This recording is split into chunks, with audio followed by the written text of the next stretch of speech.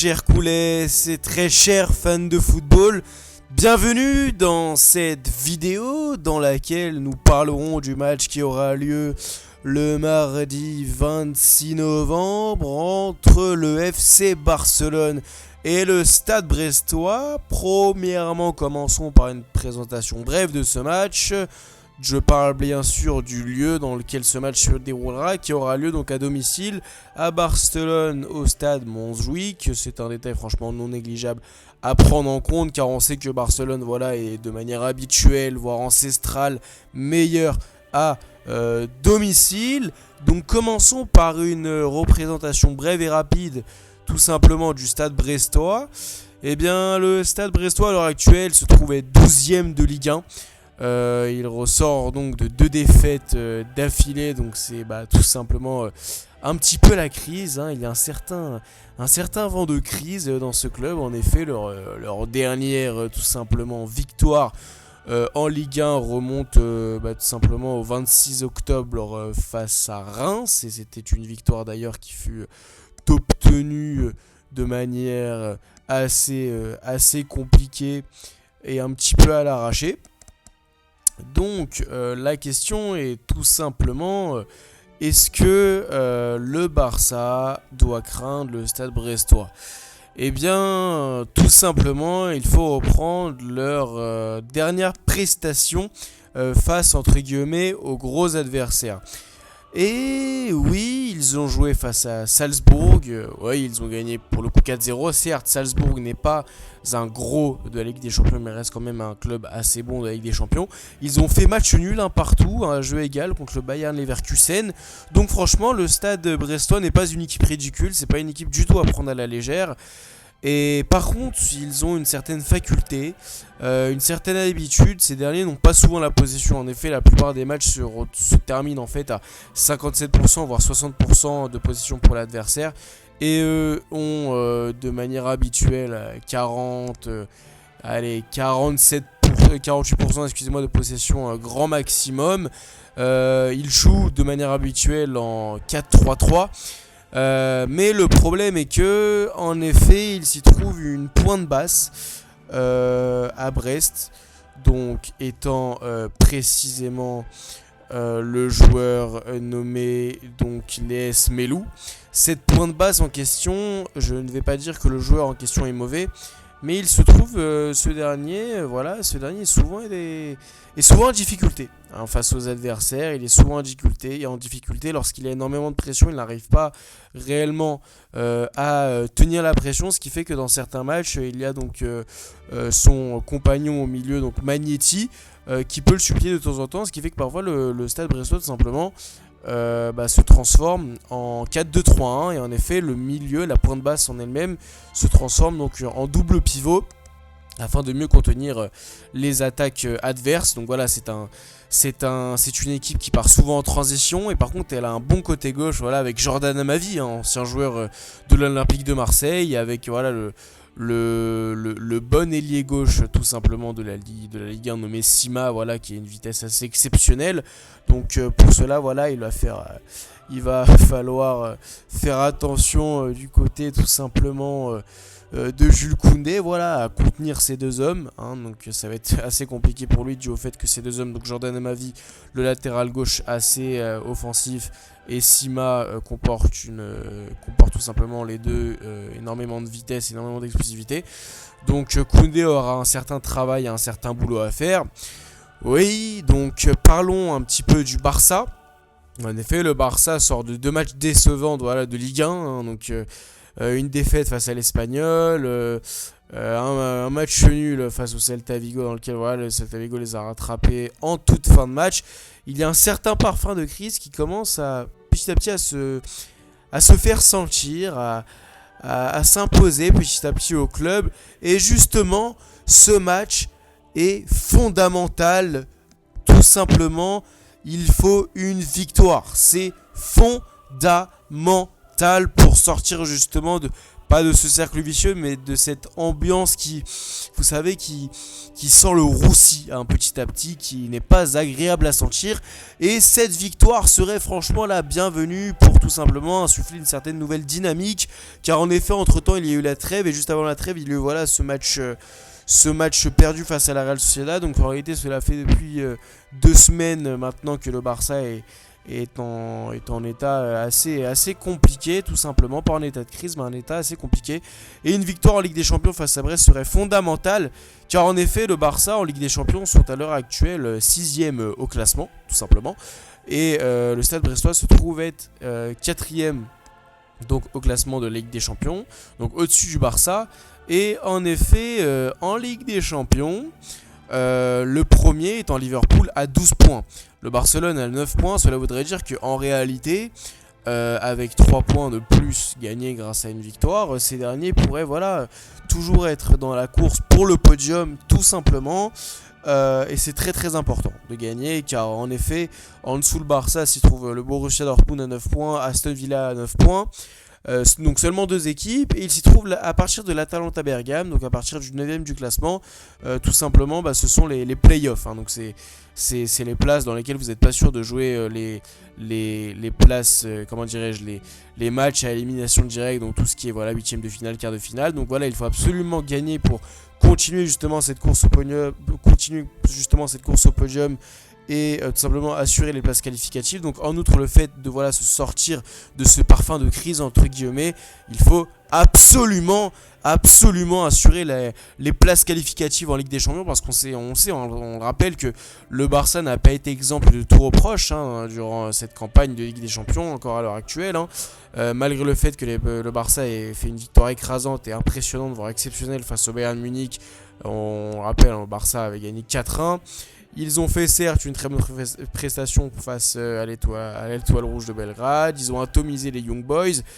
Mais le fait est qu'ils ont perdu tout simplement leur première journée de Ligue des Champions face à l'AS Monaco. Et ça reste des points perdus. Donc comme je disais, afin de sortir de ce parfum de crise, afin tout simplement d'assurer les places qualificatives de la Ligue des Champions, et tout simplement courir au podium de la Ligue des Champions, le Barça se doit de gagner face à Brest. C'est une victoire fondamentale, elle n'est pas négociable. Et donc justement, afin de vouloir et de désirer la victoire, il faudrait donc que le 11 aligné par Flick soit en adéquation avec ce désir. Donc quel serait le 11 idéal selon moi?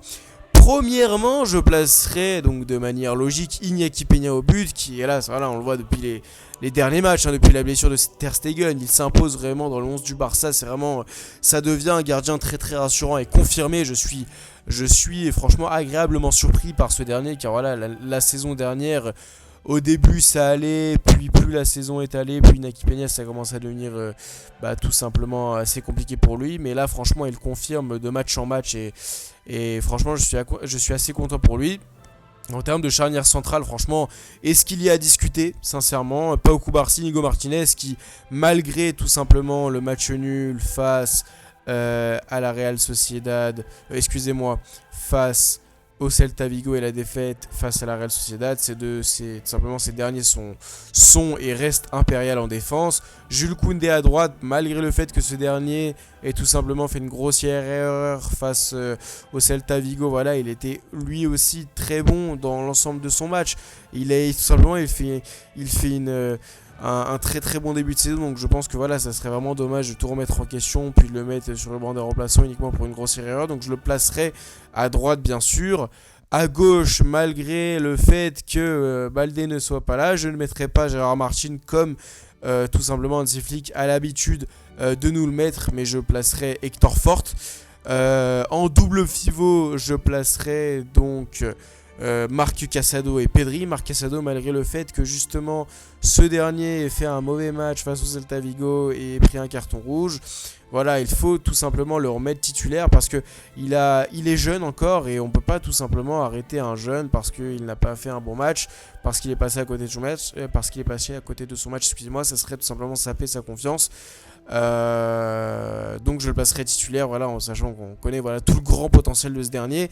Et surtout que franchement Marc Casado, c'est vraiment cette pointe basse, malgré le fait qu'il forme un double pivot avec Pedri, c'est cette pierre angulaire du système, cette pierre angulaire du jeu par lequel justement ce dernier tout simplement est le lien entre la défense et tout simplement le secteur offensif. Donc Marc Casado est tout simplement essentiel à l'équipe.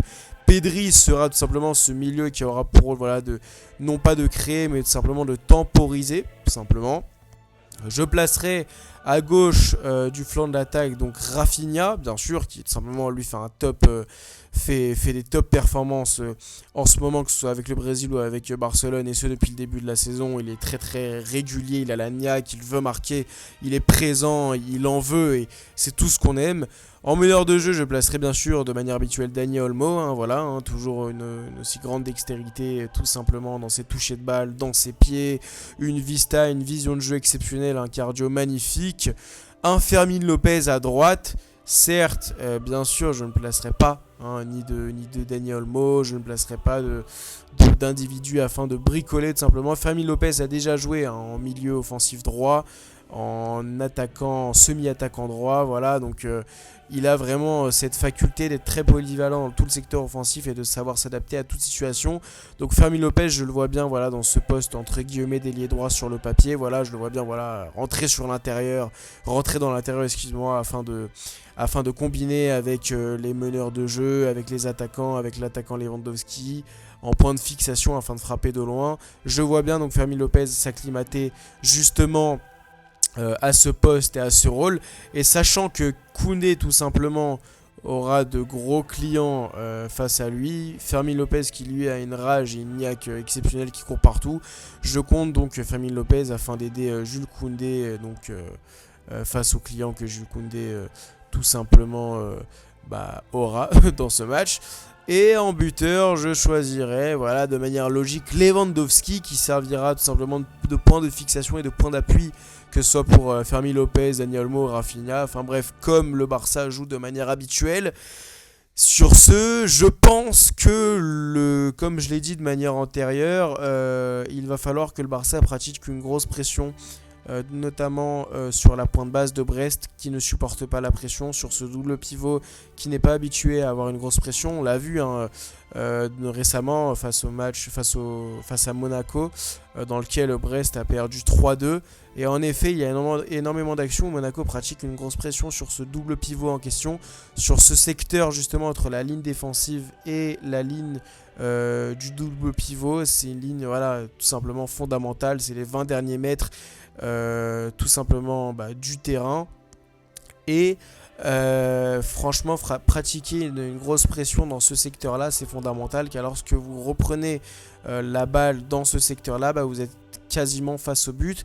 Et lorsqu'on est en face d'une équipe tout simplement pour laquelle il s'y trouve un point faible dans ce secteur, c'est limite du pain béni, sachant que l'équipe d'Hansi Flick a pour habitude, pour tendance justement de presser de manière assez exceptionnelle. Je pense que voilà, ça serait vraiment une carte à jouer entre guillemets, de presser, d'intensifier le pressing dans cette zone-là. Encore voilà, sachant que cette zone, que ce double pivot brestois ne se porte pas très bien lorsqu'il y a une grosse pression. C'est un argument en plus voilà, pour intensifier la pression en question. Et comme je l'ai dit antérieurement, le stade brestois justement n'a pas souvent la balle, n'est pas un féru de possession.